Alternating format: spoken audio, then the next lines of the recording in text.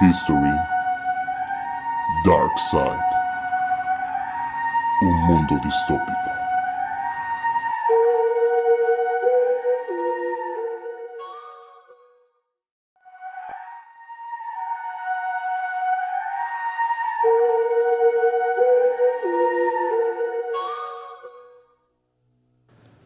Shiro Ishii, el mayor criminal de guerra médico de la historia, que nunca fue juzgado.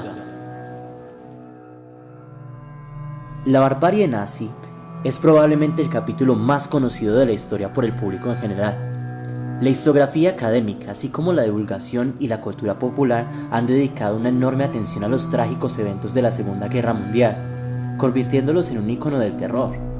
No obstante, los campos de concentración nazis han oscurecido otros hechos igualmente atroces de la misma guerra, lo que evidencia que la crueldad no es exclusiva de una nación o régimen. Un ejemplo de ello es el Escuadrón 731, una unidad secreta del ejército imperial japonés responsable de algunos de los crímenes de guerra más horribles del siglo XX, que por diversas circunstancias históricas no recibieron la atención popular ni las reparaciones necesarias, como en el caso de Auschwitz. Durante la Segunda Guerra Chino-Japonesa, 1937 y 1945, que coincidió parcialmente con la Segunda Guerra Mundial, el ejército imperial japonés desarrolló un ambicioso programa de investigación sobre armas biológicas y químicas, llevando a cabo experimentos a gran escala en seres humanos. El encargado de liderar estos programas de investigación, inicialmente centrados en mejorar las armas químicas y biológicas, fue el general Shiro Ishii.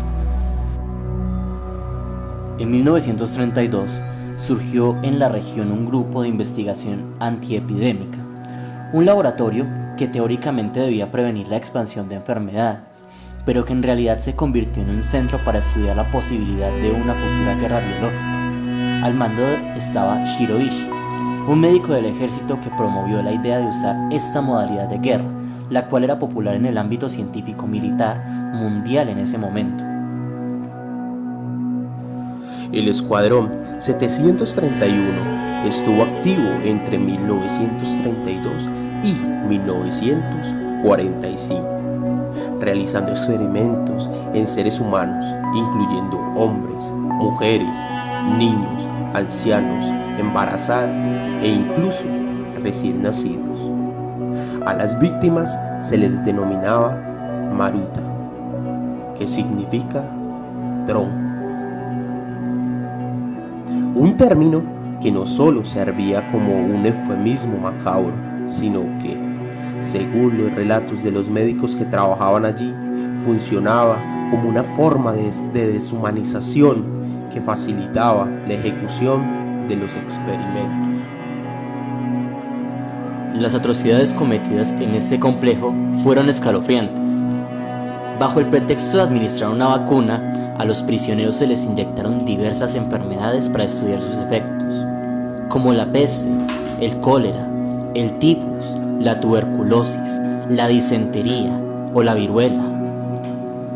También se les infestó con pulgas portadoras de la peste para investigar las posibilidades de una guerra bacteriológica. Además, se obligó a prisioneros a mantener relaciones sexuales para estudiar los efectos de enfermedades de transmisión como la sífilis o la gonorrea.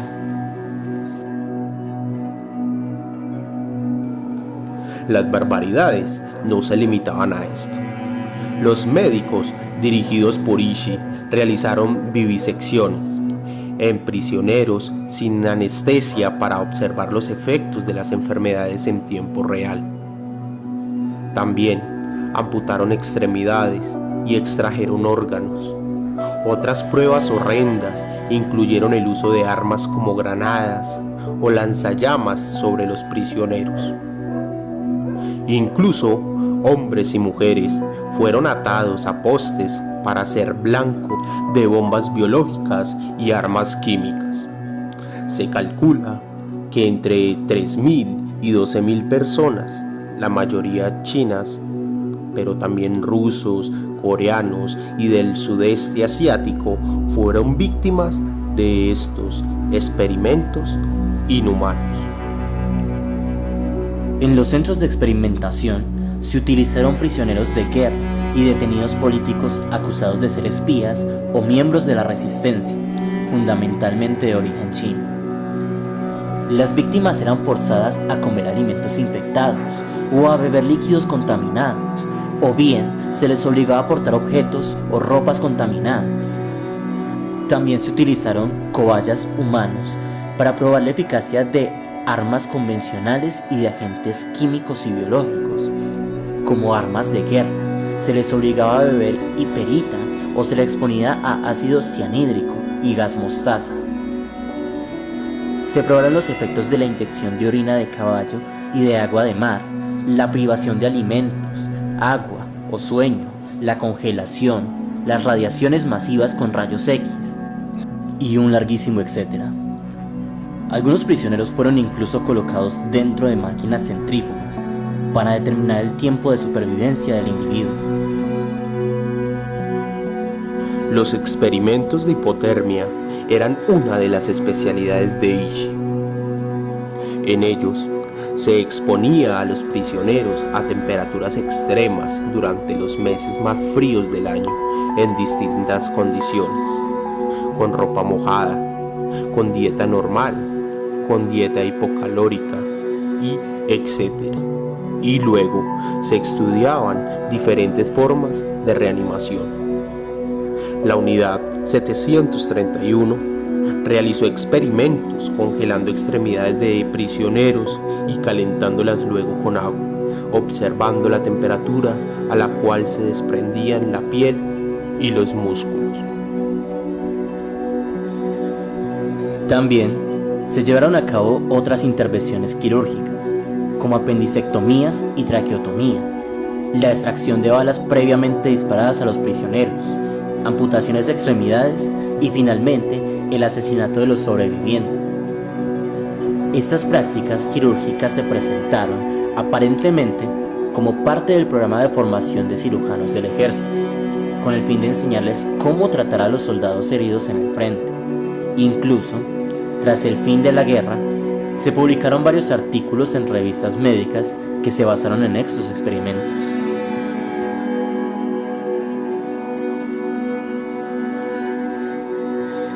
Aunque todos los experimentos fueron minuciosamente documentados en papel y película, la mayoría de las pruebas fueron destruidas, aunque se salvaron numerosas fotografías. Además, los centros de experimentación fueron destruidos con explosivos en los últimos días de la guerra. Tras el asesinato de los prisioneros, tanto los infectados como los sanos, así como de los trabajadores civiles chinos, a quienes se les administró inyecciones de cianuro potásico. Se estima que dentro de estos programas hasta 12.000 personas pudieron haber sido asesinadas directamente, aunque algunos historiadores calculan que las muertes causadas por el Escuadrón 731 podrían haber llegado a las 200.000.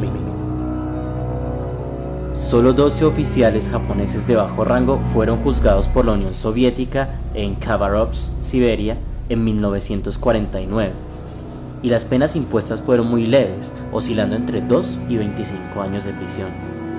Shiro Ishii, quien fingió su propia muerte e intentó escapar, fue arrestado por las fuerzas estadounidenses en 1946. Tanto él como otros miembros del Escuadrón 731 lograron negociar su inmunidad y evitar la inculpación en el juicio de Tokio, Tribunal Penal Militar Internacional para el Lejano Oriente, por sus siglas TIPLE, que comenzó el 27 de abril de 1946. A cambio de proporcionar toda la información sobre la guerra biológica obtenida de sus experimentos con seres humanos, se les concedió impunidad y el asunto fue tratado sin publicidad. El horror terminó en 1945 con el fin de la guerra, tras la invasión soviética de Manchuria. Los miembros del escuadrón intentaron borrar toda evidencia de sus actividades en el complejo de Harbin, ejecutaron a los últimos prisioneros, intentaron destruir las instalaciones, aunque sin éxito. E incluso soltaron ratas y pulgas infectadas, lo que provocó miles de muertes en la región como consecuencia de esta última venganza. La historia posterior del Escuadrón 731 es una de impunidad. A diferencia de los criminales de guerra nazis, Estados Unidos prefirió ignorar esos crímenes y ofreció un trato favorable a los comandantes de la unidad. Incluso Ishii, a cambio de información detallada sobre los experimentos biológicos en el contexto de la Guerra Fría, los estadounidenses consideraron que esos datos serían valiosos y temían que cayeran en manos soviéticas. Por ello, en los juicios de Tokio de 1946, los crímenes fueron tratados de manera superficial. Si bien hubo condenas, estas fueron reducidas posteriormente. El caso llegó a su conclusión en 2005, cuando la Corte Suprema de Japón reconoció las atrocidades del pasado, aunque rechazó la reparación económica. Hoy en día las cicatrices siguen abiertas en China, donde el tema sigue siendo objeto de controversia. Mientras tanto, parte de las instalaciones del infame escuadrón han sido convertidas en un museo, siguiendo el modelo de Auschwitz, para recordar otra oscura página de la Segunda Guerra Mundial.